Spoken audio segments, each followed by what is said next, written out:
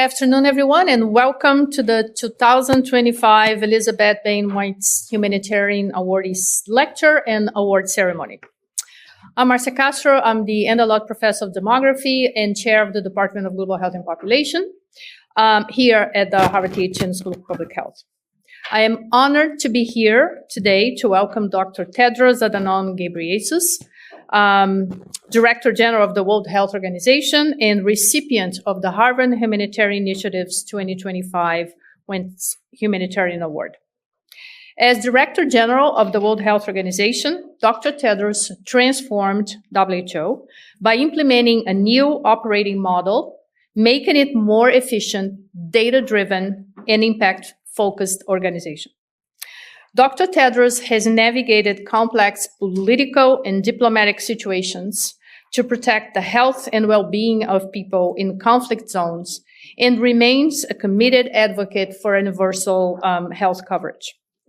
From leading global health initiatives such as HIV/AIDS, malaria, and maternal and child health, to coordinating a robust international response to threats such as Ebola, COVID-19, and Mpox, Dr. Tedros has championed public health worldwide. Prior to joining WHO, Dr. Tedros served within the Ethiopian government as Minister of Health and Minister of Foreign Affairs, leading transformative improvements in health infrastructure and negotiating funding for sustainable development goals. Due to his extraordinary impact as a humanitarian leader on the world stage, Dr. Tedros was selected as the recipient of the 2025 Elizabeth B. Wentz Award, Humanitarian Award. This award was established at the Harvard Humanitarian Initiative in 2015 to honor a visionary public figure who has demonstrated superior leadership in a time of humanitarian crisis.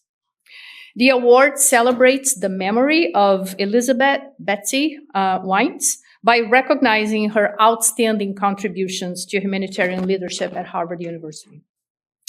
I'd like to thank the Wentz family for their generous support of Harvard Humanitarian Initiative and the Harvard-T.H.Chan School. Several members of the Wentz family are here today, so please let's take a moment to applaud their contribution, their generosity, and their vision.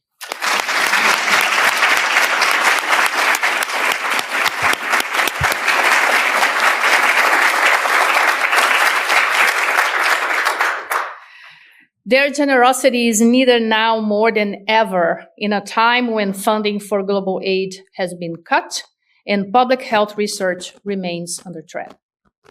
In addition to celebrating Dr. Tedros' accomplishment and dedication to global health today, we're also celebrating the 20th anniversary of the Harvard Humanitarian Initiative, HHI. So I also would like us to take a moment to thank the team of HHI who over those 2 decades have really made a difference in the humanitarian field. Congratulations.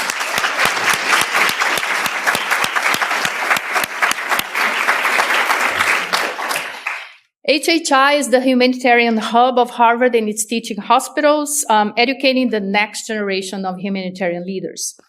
HHI aims to create new knowledge and advance evidence-based leadership in disasters and humanitarian crises through interdisciplinary, practice-based research and education. With that, I would like to invite my colleague, Michael Van Rooyen, who is the founding director of the Harvard Humanitarian Initiative. Mike, please come to the podium to present the 2025 Elizabeth Bain Wentz Humanitarian Award.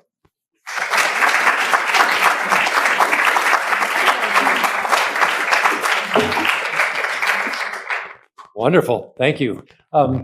Thank you all and welcome. It's such a great honor to be here today. Thank you, Professor Castro. Thank you for all of our friends and colleagues at the School of Public Health and all of you for joining us today. It's a special day for us at HHI and at the school. Once again, my name is Dr. Michael Van Rooyen. I'm the Levine Professor of Humanitarian Studies at the Harvard Humanitarian Initiative and the director of the initiative since its founding 20 years ago. And I'd like to first sort of welcome you on behalf of HHI and behalf of Harvard and my colleague, which I'll call upon Dr. Tedros in a moment. HHI has been established 20 years ago, and for that time, our entire mission has been dedicated to advancing the science and practice of humanitarian assistance. What that looks like is leveraging the resources at Harvard and across the university to really truly engage with our partners in the field, our partners being non-government organizations, governments, NGOs, and UN agencies, to actually push the boundaries of what evidence-based humanitarian assistance really means.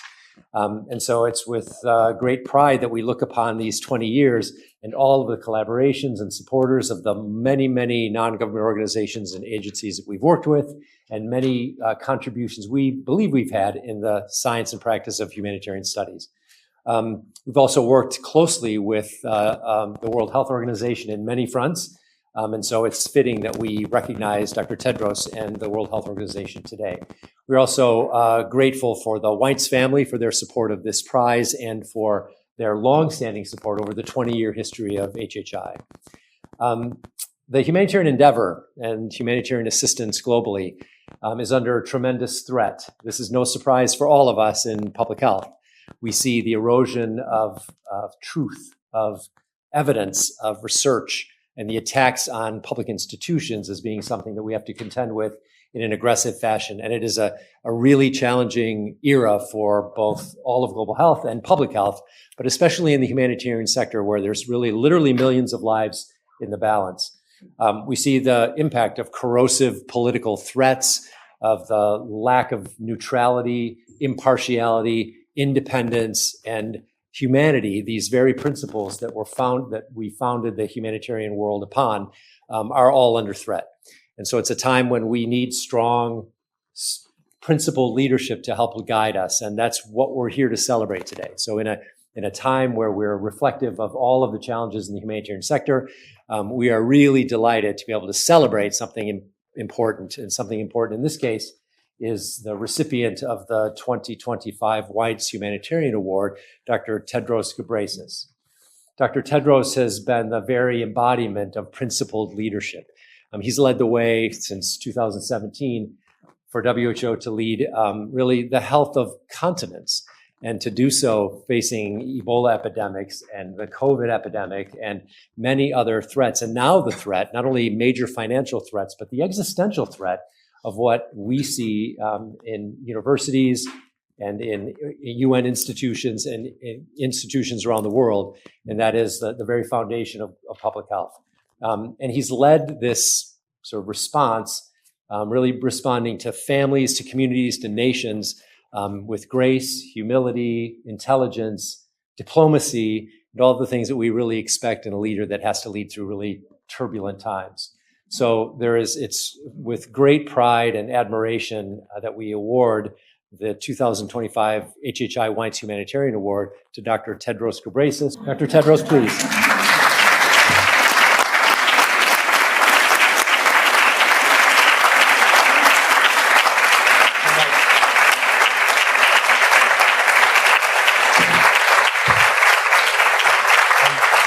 Dr. Tedros, before you take your seat and get too comfortable, I'd like to actually bring Dr. Tedros up to accept the award on behalf of a grateful Harvard and a grateful university and a grateful School of Public Health, to accept this award with a handshake, a photo, and then we'll ask you to address our audience if you don't mind.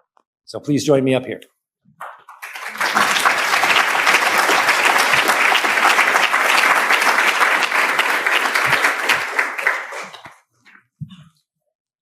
Thank you. And I'm going to do this folding thing, I think.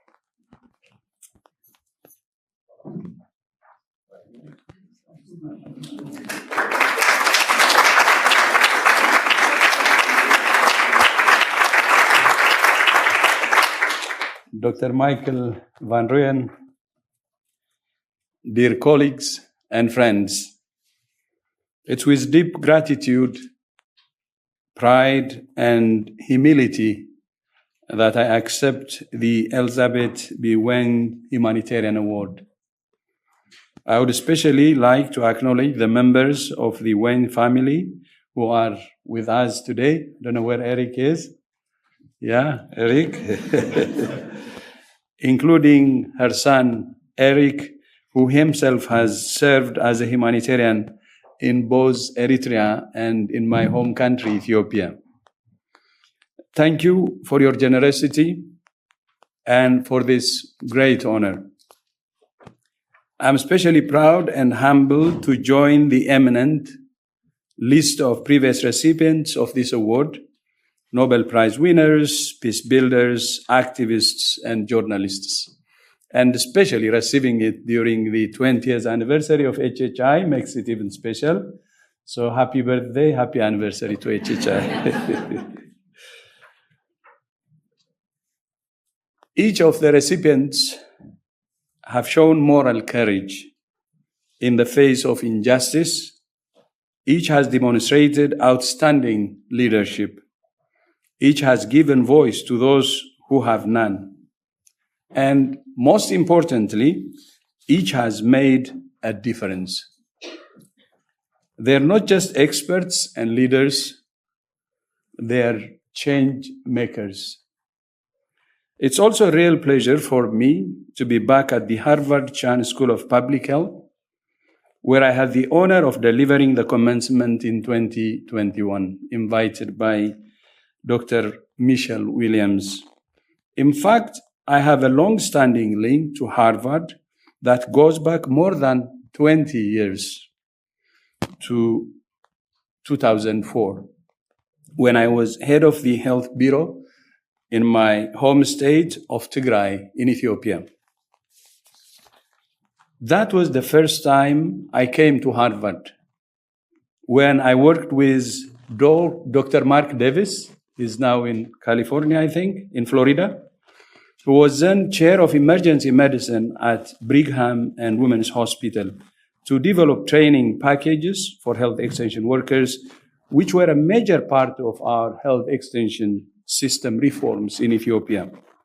So in a way, today I have come full circle, being back at Harvard, receiving this award from the current chair of emergency medicine at Brigham and Women's Hospital, Dr. Mike Van Rooyen. Standing here makes me reflect, frankly, with astonishment on how a kid born in Ethiopia in 1965 ended up here.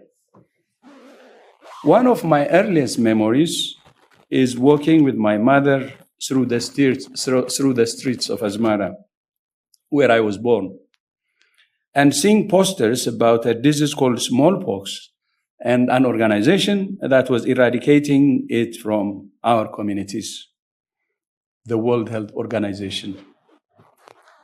I had never heard of smallpox or WHO, although I ended up being the head of the organization now.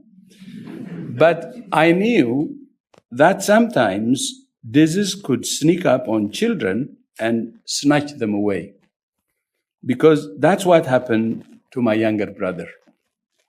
I don't know what disease took him, maybe measles, according to my mother.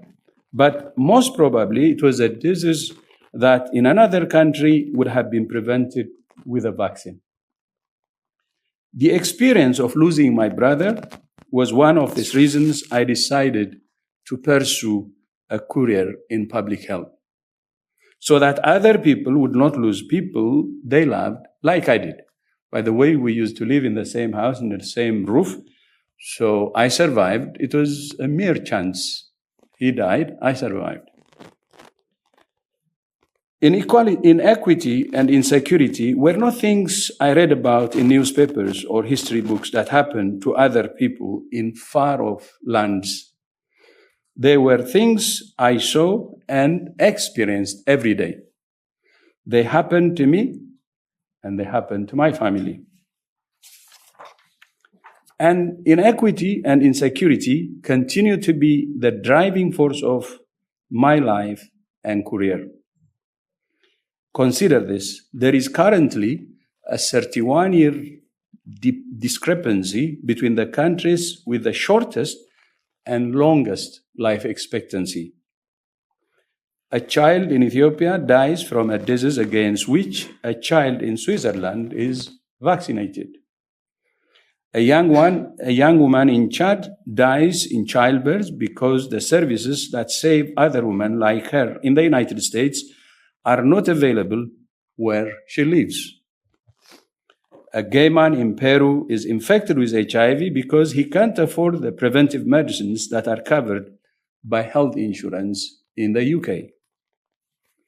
A child in Gaza starves to death, while a child just a few miles away in Israel has plenty to eat. These are the gaps and contradictions that stain our world. Health inequities are not natural or accidental. They are the result of systemic differences in the opportunities people get, the resources they can access, and the power they hold.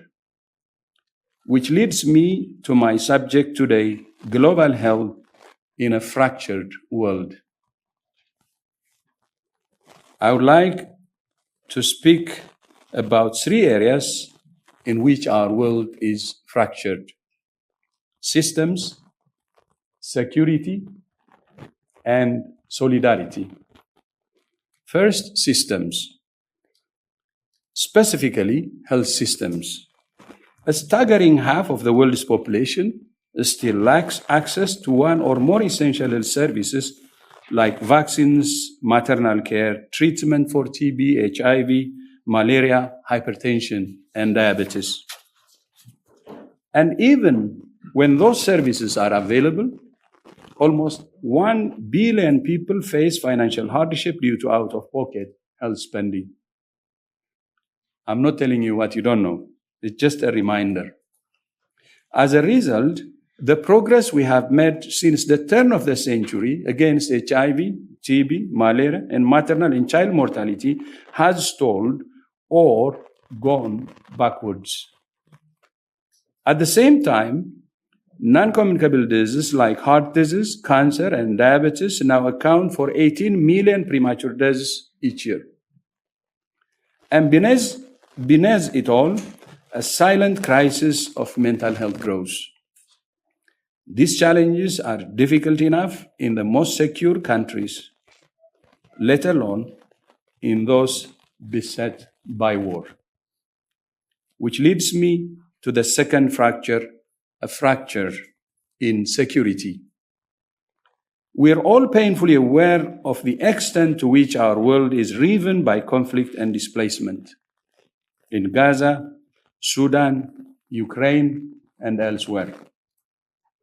And where war goes, disease follows, as we all know. It's no accident that polio resurged in Gaza last year, 25 years since the last reported case.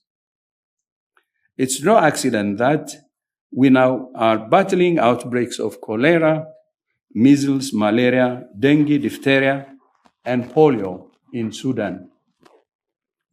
Ending these conflicts and the suffering they bring requires the concerted effort of the international community, which leads me to the third fracture, a fracture in solidarity. We're now seeing a dangerous retreat from both bilateral aid and multilateral cooperation. Around the world, dramatic reductions in official development assistance are having severe impacts on health. Millions of people are missing out on life-saving services. Health facilities are being forced to close, and supply chains and information systems are disrupted. And at just the same time, when many countries need us the most, WHO itself is under pressure, from cuts to our funding by the United States and other countries. Earlier this year, our member states approved a significantly reduced budget for the next 2 years. We have implemented a range of cost-saving measures, but even so, we have no choice but to reduce the size of our workforce. We have implemented a range of cost-saving measures, but even so, we have no choice but to reduce our size of workforce, as I said earlier. Over the past few weeks and months, we have been through a very painful process of saying goodbye to many of our dedicated and talented colleagues. These are people who have served the world in many ways, including under extreme pressure during the COVID-19 pandemic, and do not deserve to be treated this way. Dear colleagues and friends, the diagnosis I have described is grave. The 3 issues related to fracturing, but it's not terminal. The fractures of our world can be healed, not with simplistic solutions, but with courageous, collective, and smart action. First, we must heal our fractured health systems from the ground up with primary healthcare at the cornerstone. This is not a glamorous work, but it's absolutely essential. Strong primary healthcare can meet up to 90% of persons' lifetime health needs. The pandemic taught us that a resilient health system is not the same thing as an advanced medical care system. Even some countries with the most sophisticated medical care were overwhelmed by COVID-19, and they were surprised by COVID-19. By contrast, some middle-income countries with fewer resources fared much better, thanks to investments in public health after outbreaks of SARS, MERS, H1N1, and others. Especially the countries, the groups of Mekong region did much better than any corner of the world because of muscle memory and the preparedness they had. For instance, the simple art of contact tracing is one that many high-income countries struggled with, but that low and middle-income countries did well because of their muscle memory from previous outbreaks. Strengthening primary health care means investing in the local health worker, the community clinic, and the supply chains that get quality medicines to those who need them. It means addressing the projected global shortfall of 11 million health workers by 2030, a gap concentrated in the most vulnerable regions. A system built on primary health care is the only way to ensure fair, affordable, and sustainable health for all, and it's the ultimate tool for health justice.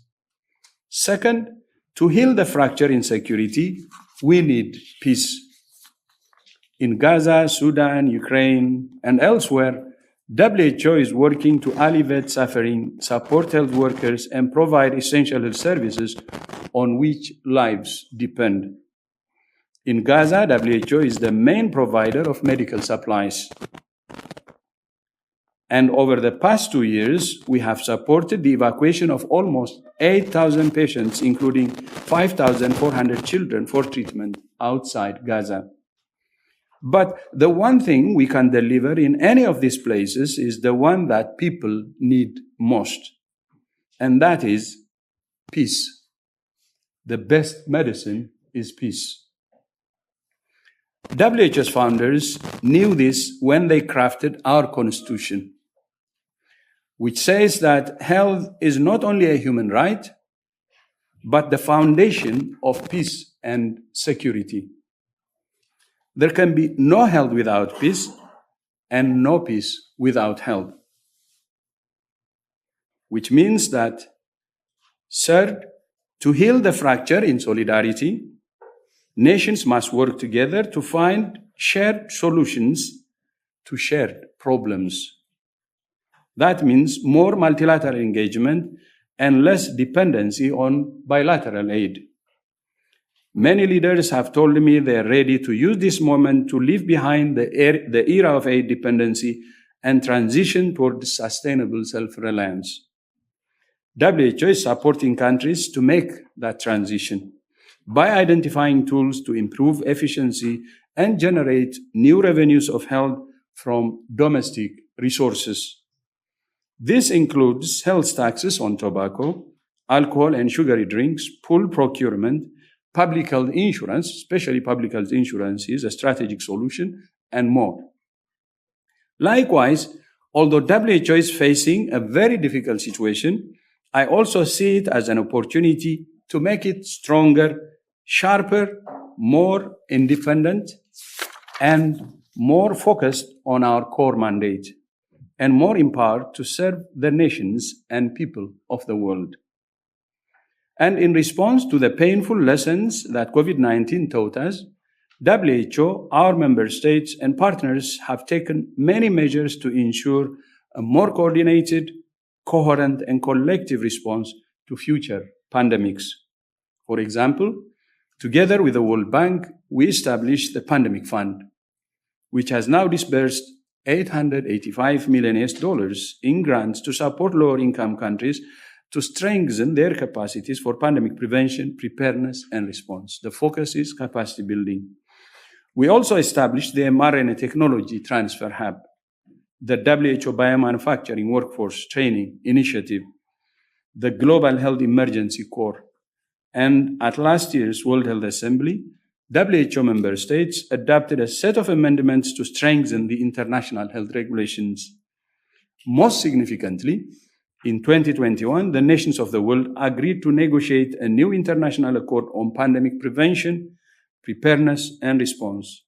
And just as the world has international treaties against shared threats such as nuclear weapons, climate change, and tobacco, nations are agreed they needed a similar instrument of international law to ensure a common response to the common threat of pandemics.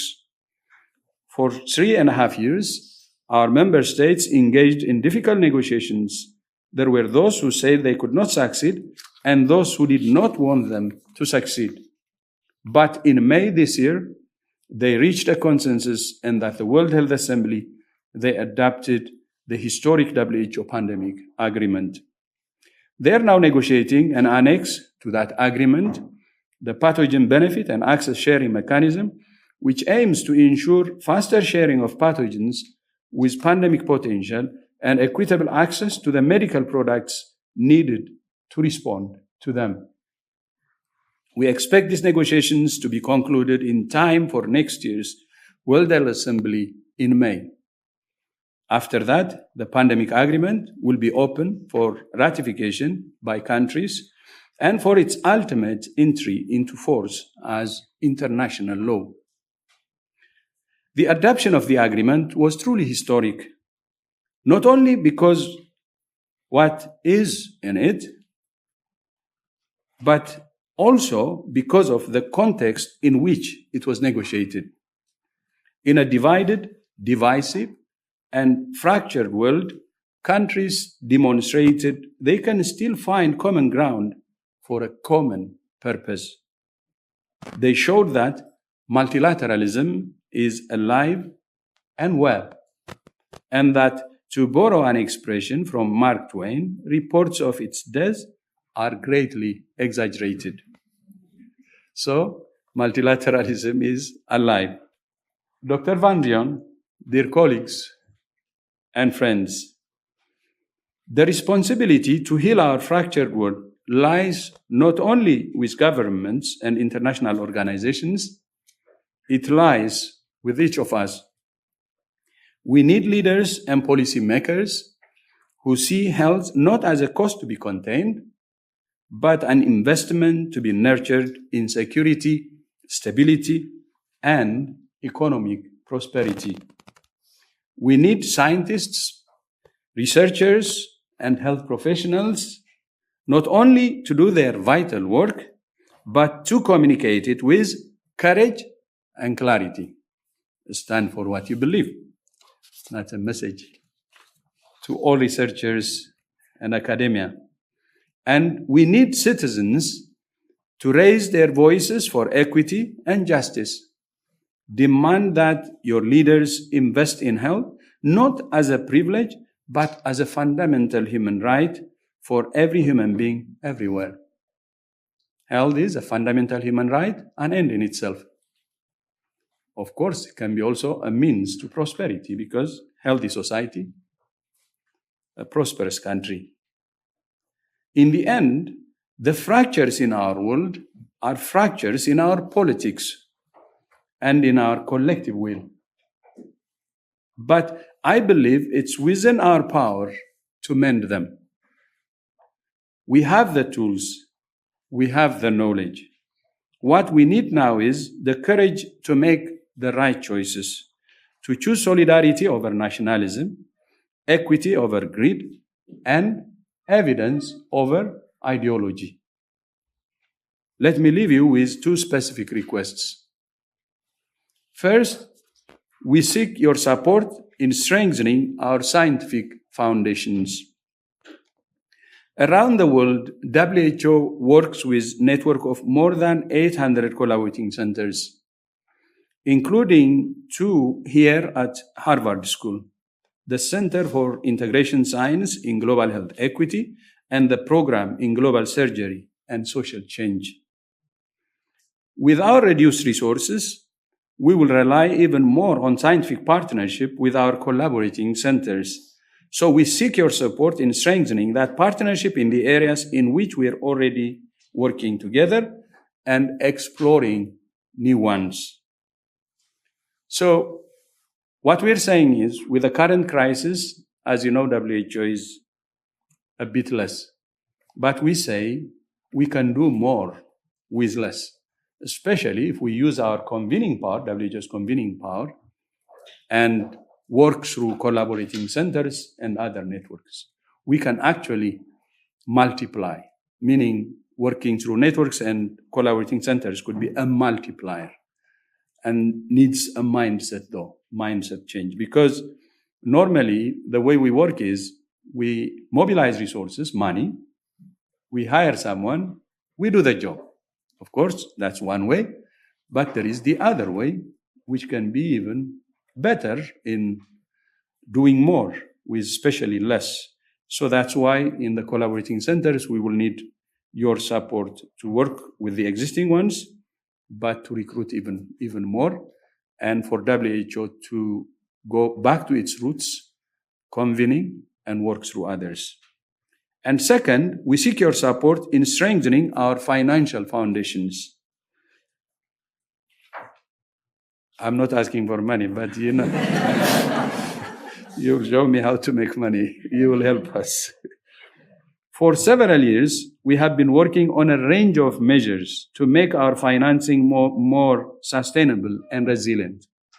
That's actually one of the transformation ideas we started in 2017, which is delivering well. And the idea is to reduce our heavy reliance on unpredictable, voluntary, and earmarked funding from a handful of traditional donors. If we had not taken those measures, which I have told you, the finance reform, we would be in a much worse situation than we are now. Because of the sustainable reform, we have mobilized resources that reduce the impact of this crisis. But there is more we need to do to make WHO more independent and to protect it from impact of future shocks. So the proposal we made a few years ago was to broaden the donor base, which can help us to prevent shocks like this, and also to make WHO more independent, because when you take a large amount of money from one donor, some conditions and influence can come with that. We want to be truly belong to all member states, wider donor base, and prevent shocks like this from happening, and also ensure our independence. This is a very strategic solution. We started in 2017. Especially now, it's very, very critical. So in addition to the reform we have done, which is helping, as I told you, one of the ideas that has been proposed is to establish a WHO endowment, similar to the endowment that many US universities use, but Harvard, one of the most successful we know. We would very much value Harvard's support and advice in helping us to build such an endowment to strengthen WHO and make its financing more sustainable and resilient, so it can prevent future shocks like this, but at the same time be more independent and continue to be the independent voice. So this is a very blessed mission. I hope you will agree with me, and it will be historic for Harvard to contribute to an international organization to be sustainable and independent. Dr. Van Rijn and families of Dr. Elizabeth Wayne, dear colleagues and friends. Once again, thank you for this great honor, which I receive with deep gratitude on my own behalf, but also on behalf of the incredible women and men I'm proud to call my colleagues. As we speak, they're in Gaza providing life-saving care. They're in the DRC responding to that country's latest outbreak of Ebola. They're in Sudan vaccinating against the cholera outbreak sparked by years of civil war. They're in 150 different countries supporting governments in sometimes slow and unglamorous work of strengthening health systems. It's sometimes easy to despair about the state of our world. But when I meet my colleagues, I take heart and I take hope. All wars and outbreaks end eventually. Once deadly diseases become preventable or treatable, science continues to pull back the curtain on the unknown and the inscrutable. And if we look at improvements in global health since WHO was founded in 1948, there is every reason for hope.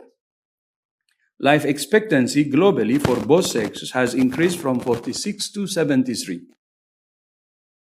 46 to 73 years, with the biggest gains in the poorest countries. Smallpox exists only in the history books, and polio will soon join it. In the past 25 years alone, smoking has fallen by a third. Maternal mortality has fallen by a third, and child mortality has more than halved. Cervical cancer, Ebola, and malaria are now vaccine-preventable diseases. Of course, we still face formidable challenges, but none that we cannot meet. And we'll be part of meeting those challenges. Your commitment to science, evidence, and humanitarianism has saved lives and advanced peace around the world. I have every confidence that will continue. As you know, the motto of this storied university is one simple but powerful Latin word: veritas, truth. In a world awash with mis and misinformation, mis and disinformation, fake news and propaganda, the truth is sometimes harder to find and harder to hear. But it remains essential to human flourishing. The truth is not captive to the most powerful armies and economies. It cannot be bought or sold. It can only be thought, found, and spoken. The truth is not always comfortable or convenient to others or ourselves, but it's the only thing worth believing, the only thing worth seeking, and the only thing worth speaking. Veritas. I thank you so much.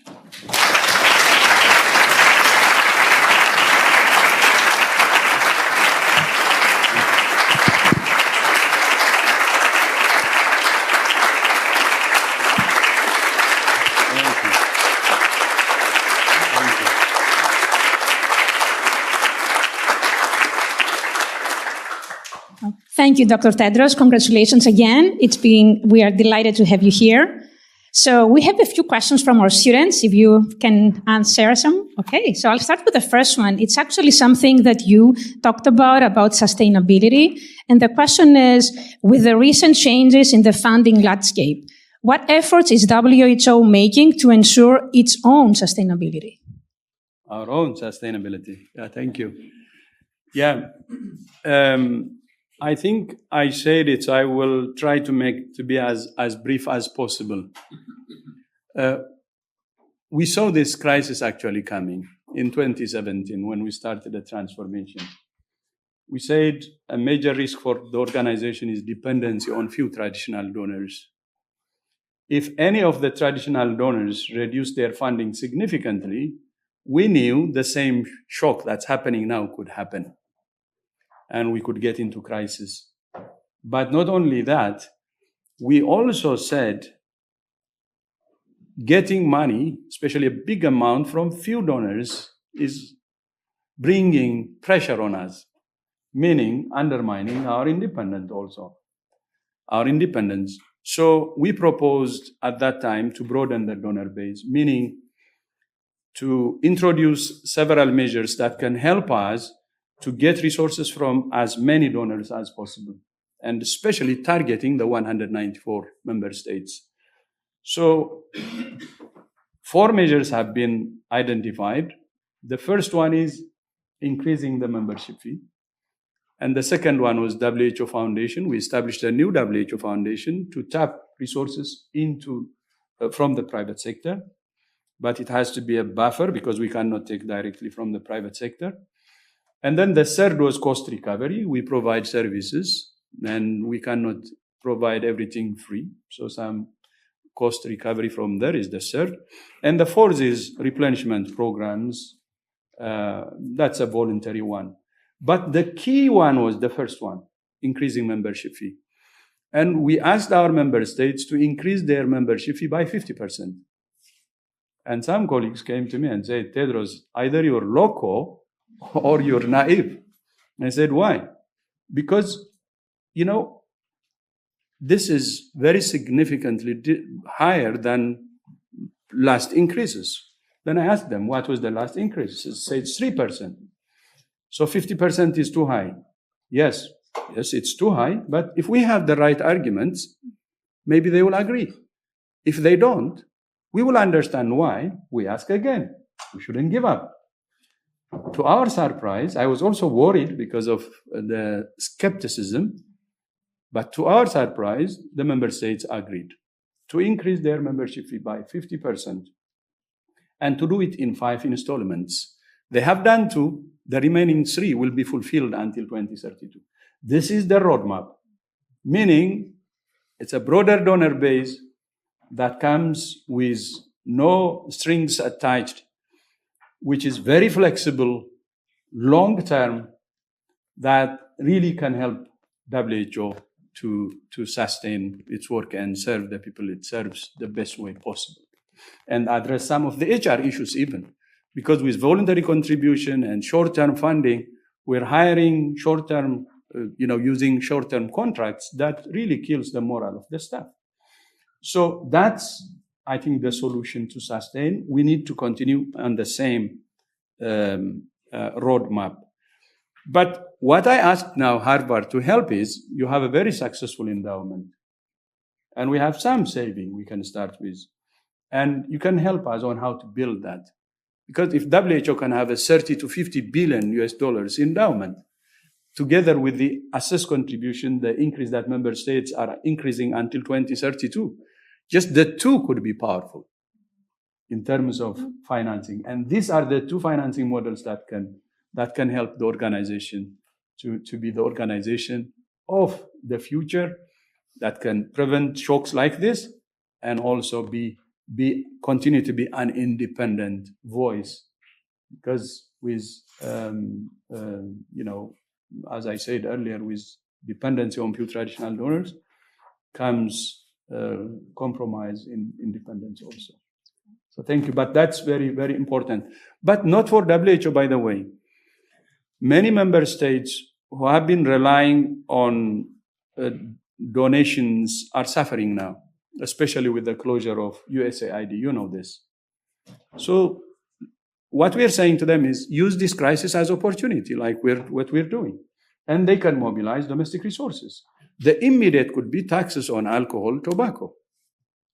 The future could be health insurance systems, both for the formal and informal sector. There are resources in developing countries. They can mobilize their own resources to finance their health system.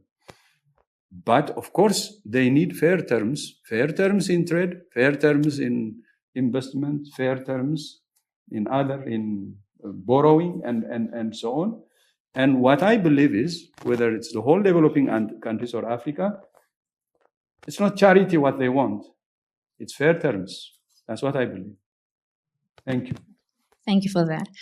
We have a slightly different question from another student asking, doing something to fix a problem requires the initial awareness of it. Given that many places like Afghanistan have no data specifically on women's and children's health, what is WHO doing to ensure not neglecting those populations? Yeah. No, thank you. That's a very important question. I think the last time I was in Afghanistan was immediately after the Taliban took over. And I have first-hand experience, actually, what it feels and the situation. On the data, we partner, by the way, with UN organizations, civil society, non-governmental organizations. We do surveys because you can't get data on women and children easily. And we do many things. But the bigger problem is not that. The bigger problem is, for instance, since the Taliban took over, when was it? How many years now? 4 years? 4 years, I think. The country is isolated from the world family. We know Taliban is in power. I will be honest with you. You cannot communicate or work with the people, the population of Afghanistan, without talking to those who are ruling them now.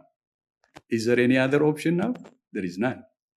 So I think the world should start talking to them, to the government, whether we like it or not, and discuss honestly, negotiate.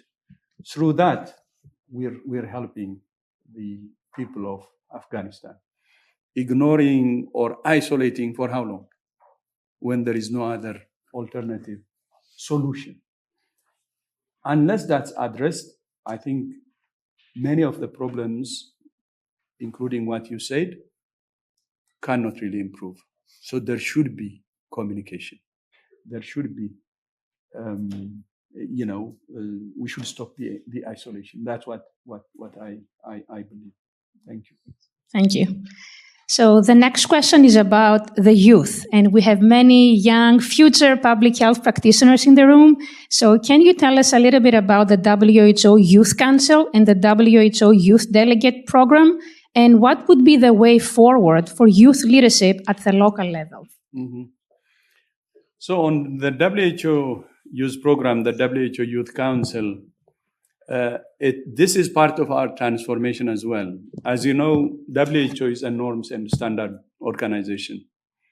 So we develop these norms and the standards. We share with countries. Of course, we have operational engagement as well. And we try to help countries to implement. But other than that, involvement or engaging the youth, engaging the civil society, has been a weakness of our organization. And in the transformation, that's what we identified. So we decided we have to involve them, starting from planning and also in our norms and standards, because the lived community can show us, what the right things to do are, and it can shape what we prepare. The youth also, from its own situation and interest, they can also help us in shaping, and we can have a better materials when we work with them. But not only that, having better materials, but you can also disseminate it and have it ready for use when you work through them, because they can disseminate it as well, and they can advocate for it. So that's what we have done, because I always say WHO is shy by design. Just prepare your norms and standards, and that's it. But not really working with others. So that's what's helping us, and the use is helping a lot. And the committee members are leaders in the 6 major global youth organizations. So there is the global partnership, but we're trying also to use it at country level as well. Because the main model actually is not just to have a global council, but to mobilize the influence of youth and civil society at the country level. And that's what we're trying to do. But the organizing is helping us. We just started. Of course, it's a few years ago, and we need to continue to institutionalize and build it. Thank you. Thank you. So changing gears a little bit, the next question is about NCDs, and universal health coverage has made remarkable progress in primary care, but not non-communicable diseases like dementia and Parkinson's. They are rising fastest in low and middle income countries.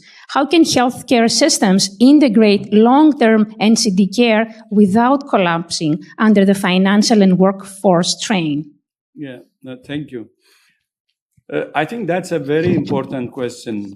The key now when we talk about universal health coverage, especially primary health care and NCDs, is how do we focus the whole system, starting from primary health care, to focus on health promotion? Because many of the the non-communicable diseases, as you know, whether it's cardiovascular, diabetes, or others, are happening because of alcohol, smoking, lack of exercise, could be environmental pollution, or the air we breathe, which is air pollution, and so on.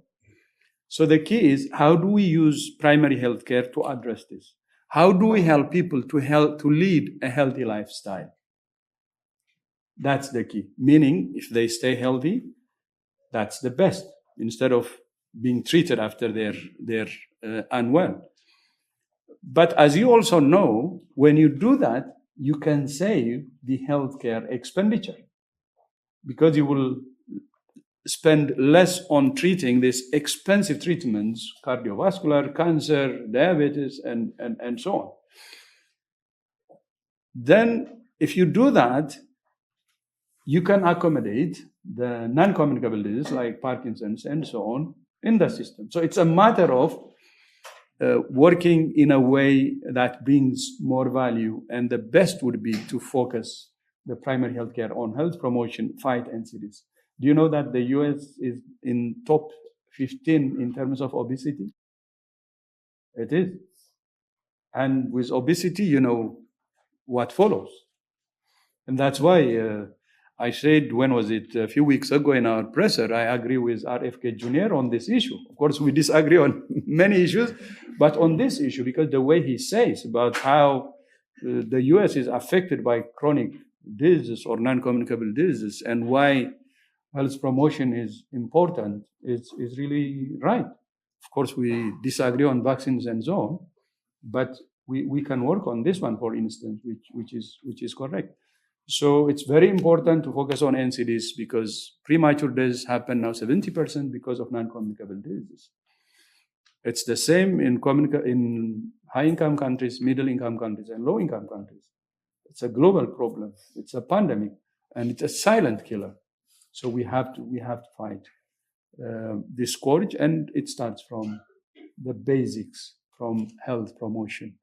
If people understand how they can keep themselves healthy, and that's the role of the primary health care to make sure that happens, they can take care of their own health by doing the right things and staying away from all the things that bring ill health, smoking or drinking or lack of exercise or other things. Thank you. Thank you. And I think we are at time, so please join me in congratulating Dr. Tedros and thanking him for being with us.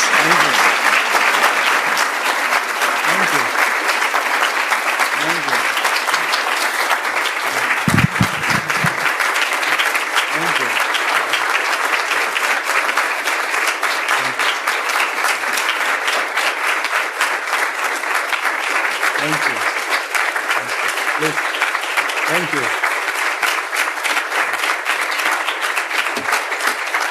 Thank you very much. Thank you.